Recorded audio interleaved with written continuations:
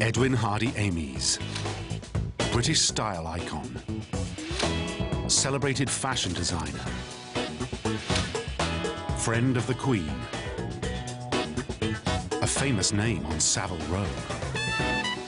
But as a young man, he was also one of Britain's most unlikely spy masters, with a secret wartime past. Hardy Ames would always deny it, but now we can reveal for the first time the truth about how he masterminded a ruthless campaign of assassinations. He worked for SOE, the Special Operations Executive, Winston Churchill's secret army. Ames sent agents into occupied Belgium and played a deadly game against a brutal enemy. He worked with the resistance to eliminate whatever stood in the way of liberty, including some of the Germans' most feared agents. Now we can open the official files and show for the first time the role played by this most unlikely soldier, and just how far he was prepared to go.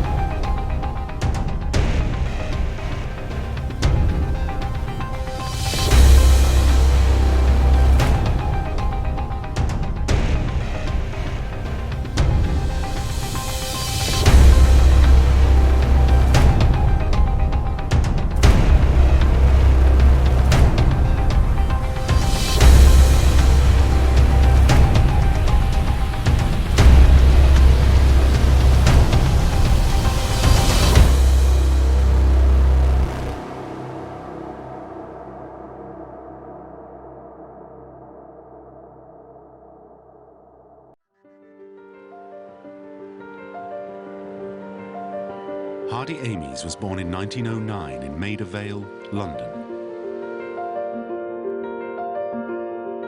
The son of a civil servant, his mother was a saleswoman for a clothing firm.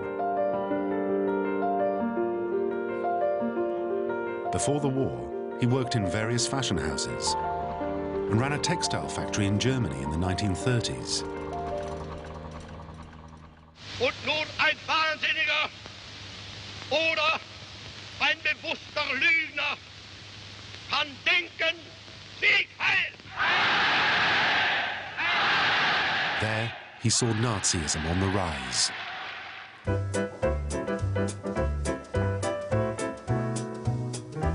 But politics didn't interest the flamboyant fashionista. Ames was having the time of his life. His career was taking off. By 1934, he was design director at fashion firm La Chasse. And he mingled with Hollywood stars like Ginger Rogers. The one thing that risked undoing everything was his personal life. Hardy Ames was gay, something that was illegal at the time.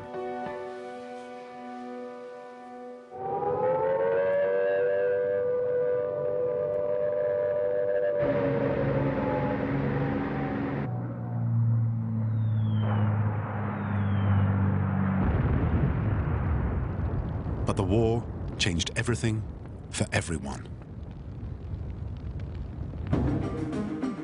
As Britain stood alone in 1940, Hardy Ames was called up for officer training. This most unmilitary man found himself in uniform, albeit a tailored one. Soon, he was serving as a captain in the intelligence corps. Ames spoke fluent French and impeccable German, and his business skills meant he was an efficient organizer. This skill set quickly came to the attention of a shadowy organization that used the seemingly banal title of MO1 brackets SP.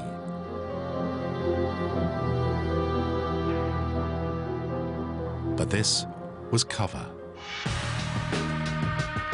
The organization was the Special Operations Executive, or SOE. Its mission was to break all the rules of warfare. Churchill gave it the order to set Europe ablaze. Using guerrilla tactics, sabotage, and propaganda. SOE also set up resistance networks throughout occupied Europe. It employed numerous spies, saboteurs, and trained killers. Its recruits were taught to kill with their bare hands, to parachute into enemy territory, operate radios, and place explosives.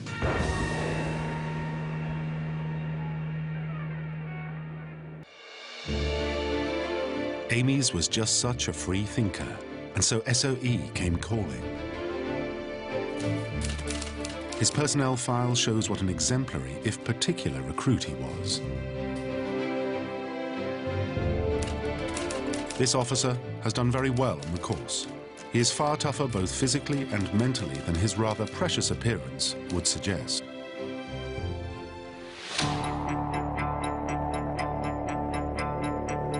Then, in November 1941, he went into action. He was sent to London to work in T section of SOE.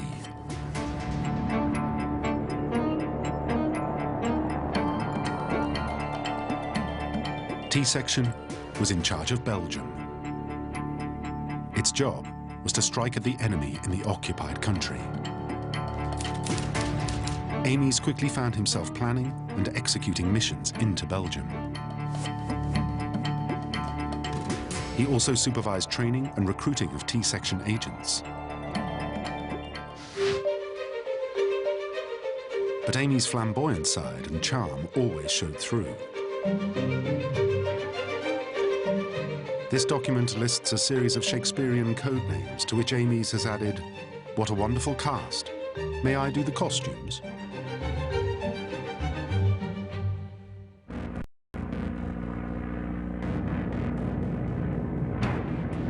Despite the levity, Ames was involved in a deadly game. He planned in detail the parachuting in of waves of Belgian agents and the clandestine landing of radio operators. Between July 1941 and October 1942, 45 agents, many selected by Ames, went into Belgium. Their mission was to make contact with men like Marcel Frankson, a young Belgian determined to strike back at Germany.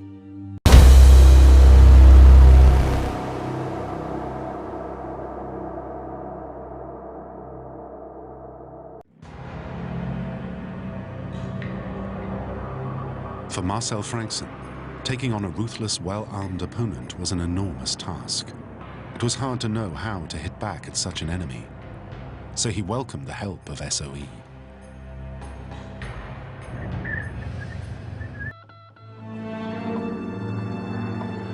But Hardy Ames was soon running into trouble. T-section was finding it hard to make contact with men like Marcel Frankson, and it was dealt a number of severe blows throughout 1941 and 1942. Despite sending over 40 agents into Belgium, the section was failing.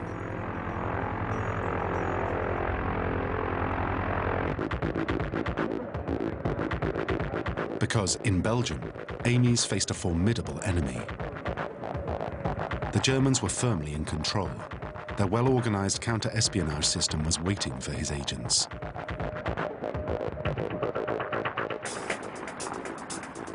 It excelled at catching SOE's spies and breaking up their resistance networks.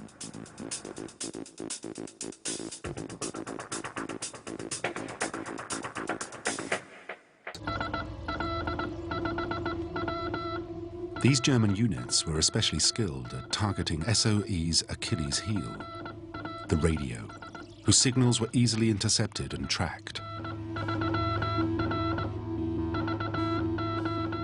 Special detection units from the secret police were listening out for SOE radio operators.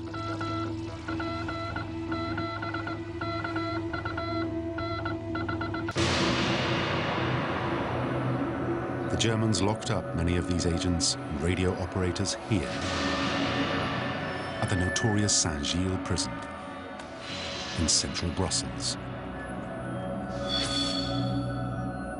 The code names of the agents they caught are a roll call for the early failures of T-section and Hardy Amies. Agent Intersection, caught March 1942. Terrier, caught April 1942. Balaclava, caught May 1942.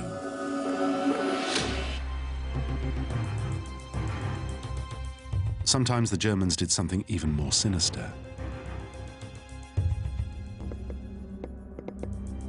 They turned some of these captured agents. Then they used their radio sets to contact London and sow disinformation. One in particular would become notorious in T-section, Armand Campion. He was used by the Germans from early 1942. He duped T-section for months. Requests were radioed to London for more weapons, money, and agents to be sent by parachute, only to be dispatched straight into a trap.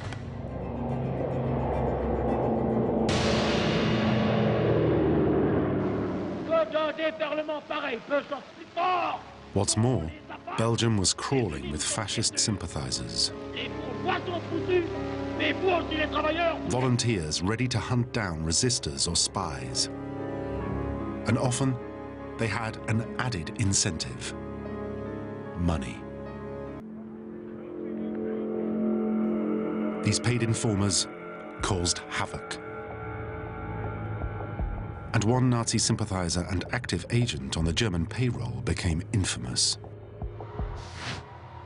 Prosper de Zitter.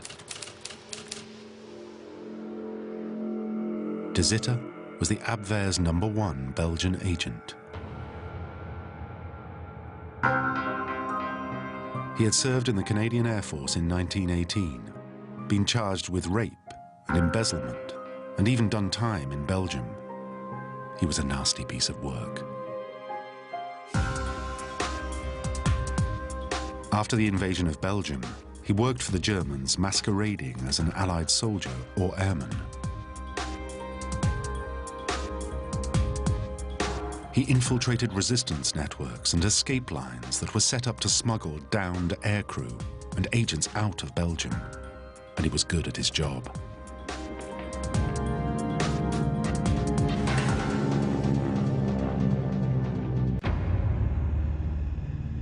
Marcel Frankson's small group of resistors would encounter de Zitter to their cost. De Zitter infiltrated an escape line that Marcel's group often used.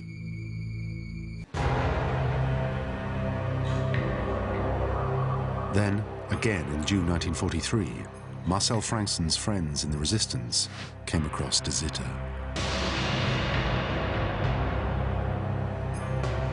This house in Rue Jean van Volchem in Ixelles housed another resistance cell from Frankson's group. Led by Marcel Demonceau, it was busy planning an assassination attempt on Leon de Grelle, the Belgian fascist leader.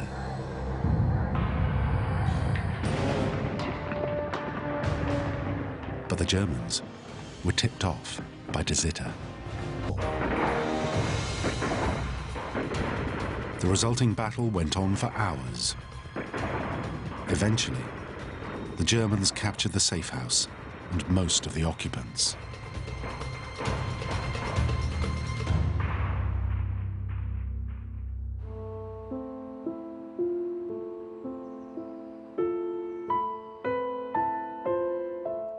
Everyone would be executed.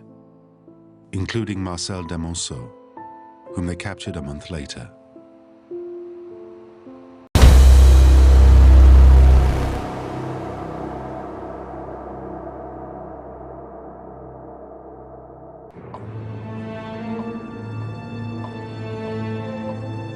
Back in London, Amies and his colleagues were in despair. The Germans were winning. 32 SOE agents had been captured. Worse still, over and over, De Zitter had hindered Amies' plans. First, an elaborate propaganda mission. An SOE agent set up a news service with London using carrier pigeons to send out copies of Belgian newspapers. De Zitter busted the network.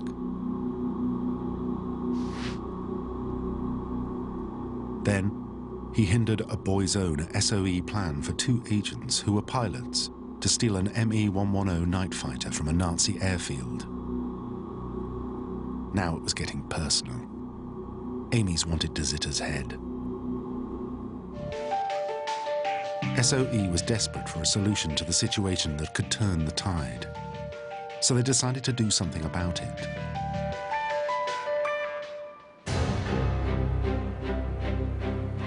They planned to stage a wave of assassinations across mainland Europe, including in Belgium.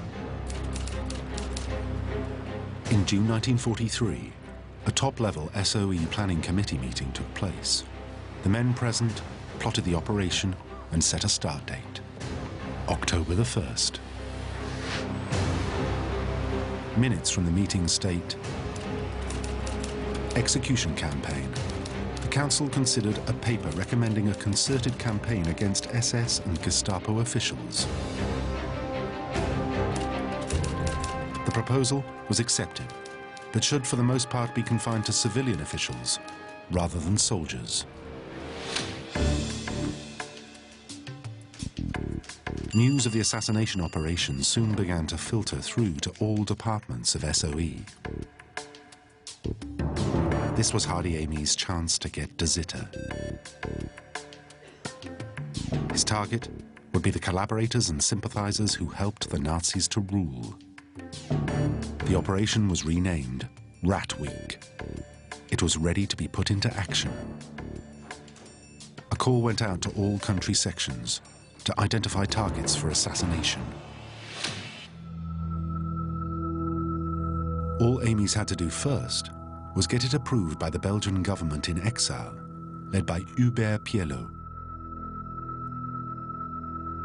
Pielot's government was made up of politicians who had fled their homeland in the chaos of 1940. It was bedeviled by infighting. Everyone had their own agenda. When it came to intelligence, the Belgians had 2 agencies based in London: the Sûreté, the civilian intelligence service, and its military rival, the 2e Section. All this made for confusion. Nothing could be done in Belgium without the say-so of these different groups.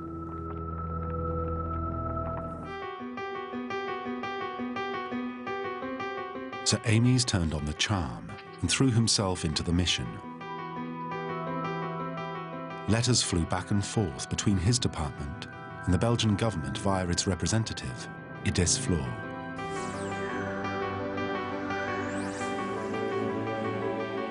And Amies began to show just how far he had come from flamboyant fashion designer to ruthless spy master.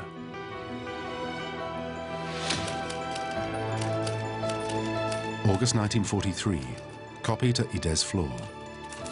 It is proposed to hold a so-called Ratweek in all the occupied countries, when a certain number of quislings are to disappear.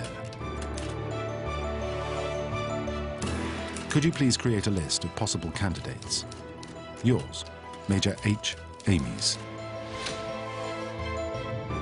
When the Belgians stalled, an increasingly impatient Amies began to press for a response. Am I to understand that your authorities do not want our boys to participate? the matter is really getting very urgent.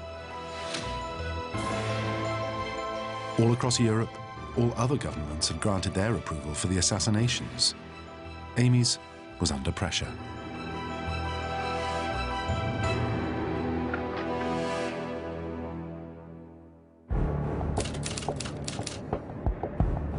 It was about to get worse. In August, Amy's was promoted. He became acting head of T-section. With the new post, the personal burden on Amy's to get the Belgians to play ball mounted yet further. Ratweek in Belgium depended on him. At the same time, a familiar name cropped up in SOE correspondence in a letter from MI5. It ratcheted up the tension still more. The letter showed that MI5 also needed Amy's to take out De Zitter. Would you please refer to my letter of the 19th of August 1943, referring to the notorious Belgian Prosper De Zitter? I would be very interested if you would let me know how the matter now stands. In particular with regard to De Zitter and whether or not your proposed Ratweek has taken place.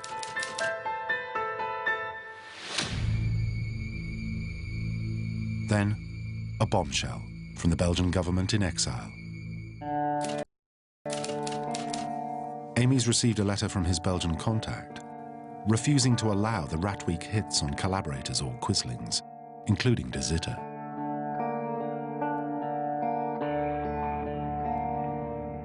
My authority do not, for the time being, think it advisable to take special measures against Belgians collaborating with the enemy. This would involve too many difficulties. The difficulties they feared were reprisals.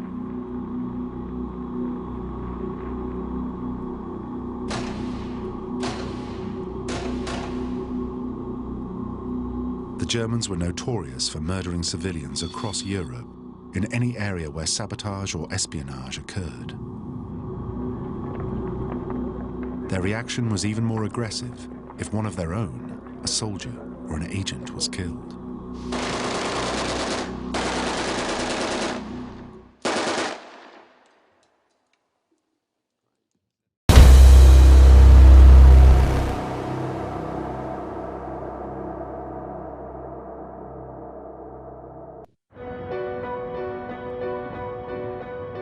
The Belgian government in exile feared such a bloodbath and wouldn't budge. They stuck to a belief in judicial process. Lists of traitors are being made up with a view to meting out to them their just sentence after the war.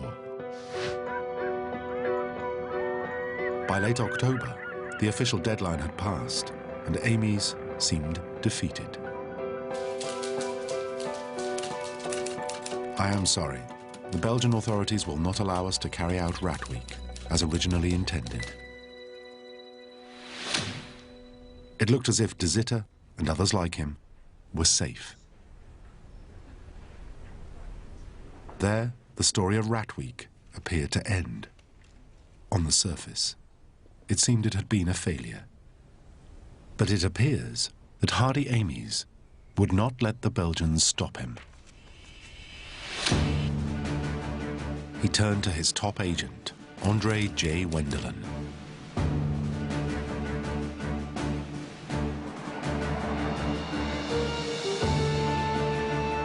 Wendelin was a T-section star who had volunteered to return to Belgium. He was in Belgium on a mission with another agent, P. Liederkirk.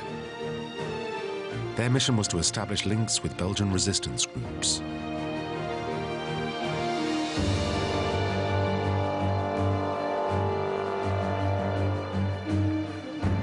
Amy's planned to send Wendelin a top-secret weapon from SOE's inventory, one that had been specifically designed for assassination and that had been earmarked for Ratweek. It was called the Well Rod. It had been designed specifically to kill enemies of the state or anyone who was a nuisance to SOE. The pistol was affectionately known as the bicycle pump or assassin's pistol. Critically, if it fell into enemy hands, it couldn't be traced. The design of the well rod made it the perfect weapon for a discreet execution because it was silent. November 1943, Ames was ready to send in the well rods. The mission was called Tybalt II. His plan was backed up by the head of operations for SOE.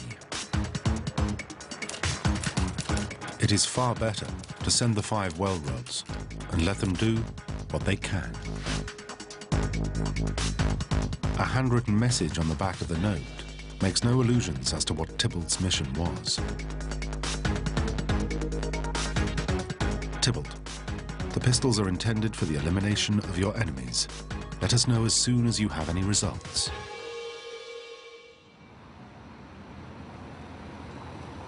Even though well rods did make it into Belgium, no one can be certain that these or later batches were used to kill collaborators.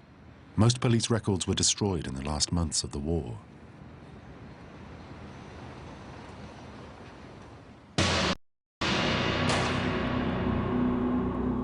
But what is clear is that a lot of killing did occur in 1943 and 1944, and Marcel Frankson was involved.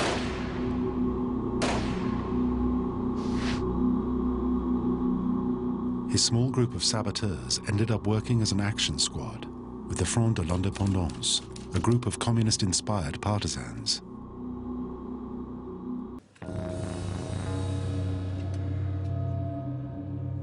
Marcel's job was specific. It was to kill anyone working against the group.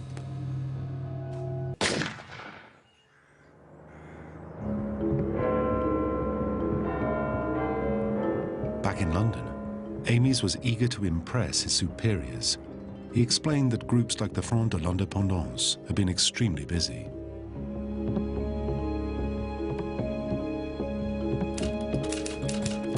A Ratweek memo of the time talks of a collaborator being arrested, interrogated, and shot through the nape of the neck. Then, as Ratweek continued, even better news filtered out of Belgium. More violence and retribution had been meted out.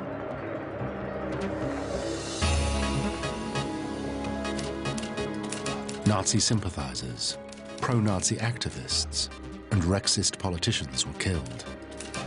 It lists the murders. Ames was able to show more results and placed it under the heading Ratweek. It was a success for the dressmaker spy, and even when it was officially over, the killing continued.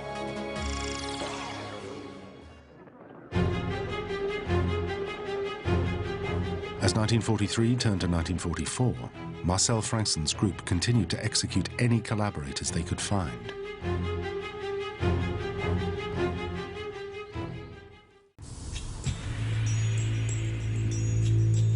But one person who had so far managed to elude the killings was the #1 target, De Zitter.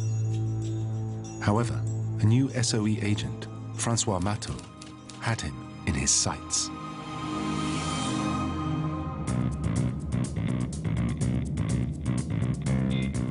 Matteau was sent to Belgium in early 1944. He was to make contact with Marcel Frankson's group and coordinate their activities.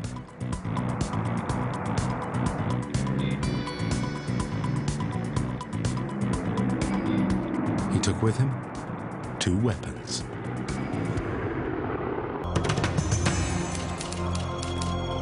And so, one night, Matteau decided to make his move on De Zitter.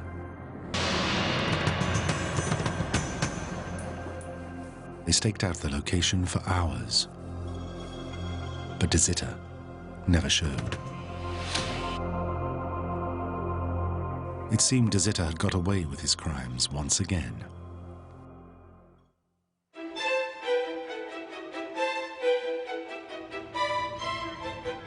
Despite this, Amies and his men managed to transform the overall picture in Belgium throughout 1943 and 1944. They had turned the page on their early failures.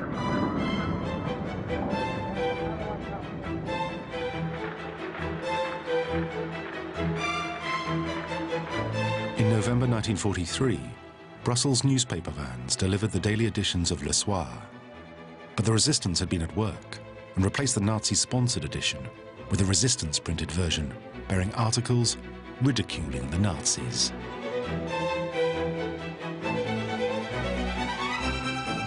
It was a magnificent propaganda success.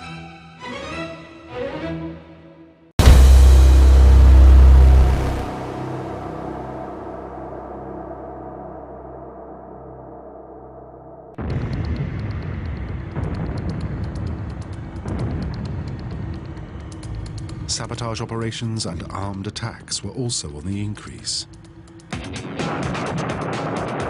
Resistors blew up supplies of oil and fuel, locomotives and barges. They also blew up factories and cut communication lines.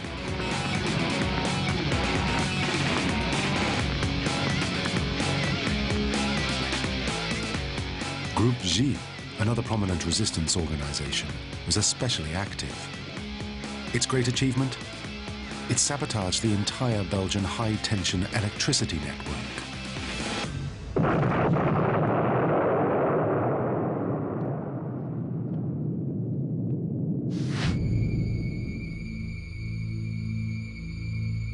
The resistance, with SOE's guidance, was managing to harass the Germans on a daily basis and turn the tables. And soon, Amies would be at the heart of one of the most successful stories of SOE wartime activity, and a masterful T-section operation.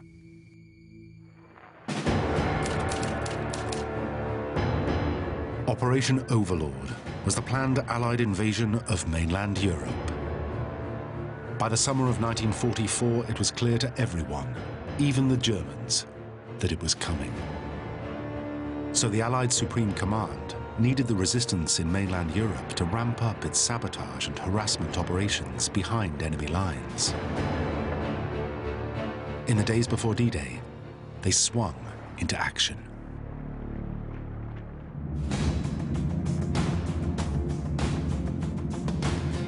The US Army Air Force joined the RAF in dropping more and more weapons to SOE agents as sabotage operations escalated still further. Amy's T-section was deeply involved. Hundreds of canisters of arms were dropped into Belgium. And soon, his involvement would go far deeper.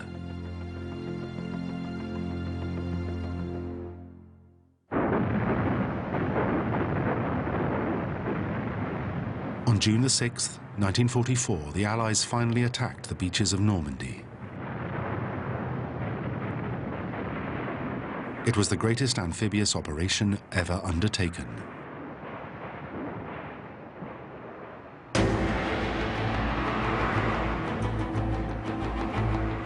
In the weeks after D-Day, the Allies pushed further into France.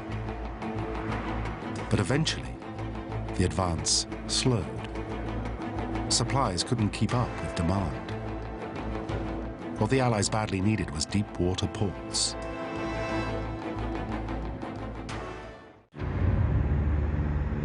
This included ports and railways.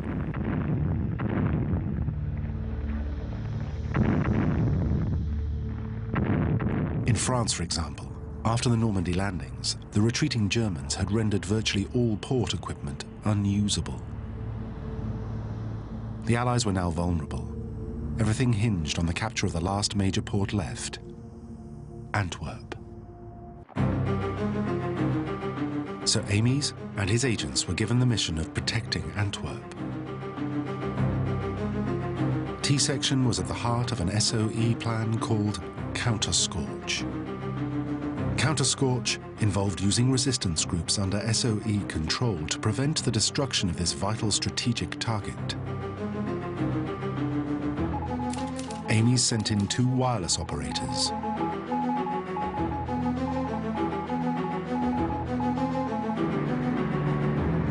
sent resistance teams, notably from Group G, to defend the port. The two agents kept the men at the port informed and supplied with regular drops of weapons and ammunition, as well as detailed instructions. As Allied ground troops approached in early September 1944, any German attempt to destroy the cranes or docks was robustly seen off.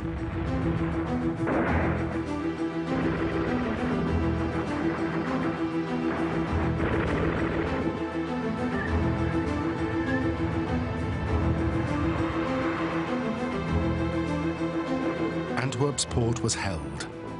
It was a massive success. Amazingly, Antwerp was taken almost intact. The whole port system of canals and docks fell undestroyed into Allied hands.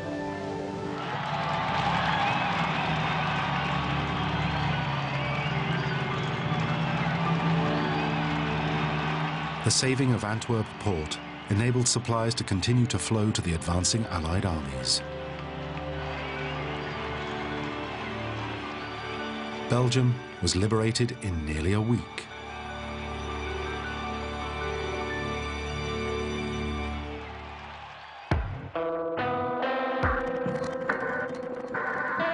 Now came the chance for retribution. In concert with Amy's, resistance forces came out of hiding to police the handover when the Allies arrived. And the word went out to catch the wanted man, Prosper de Zitter. Amy's former foe was tracked down, imprisoned, and then executed in Brussels. 4 years later.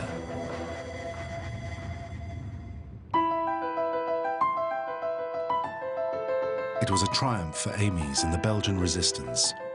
Eisenhower praised their work in an open letter. They can be justly proud of having, by their devoted heroism, contributed so largely to the liberation of their beloved homeland.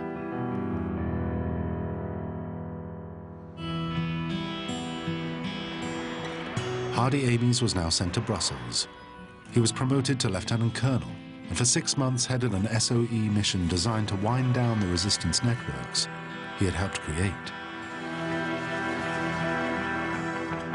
It was a personal moment of glory for the dressmaker from Maida Vale.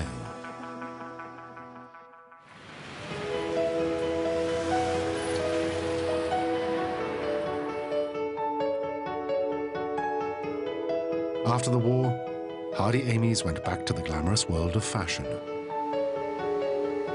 With a wealthy co-investor, he set up the label that bears his name. Amy's then penned countless designs for Queen Elizabeth II and became her couturier.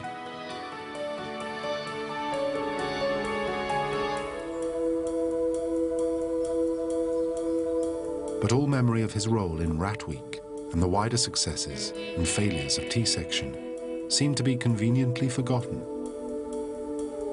In fact, Hardy Amy's rarely acknowledged his part in SOE or the details of its Belgian missions. If approached about Ratweek, he simply told people, "Sorry, old boy, I don't know anything about it."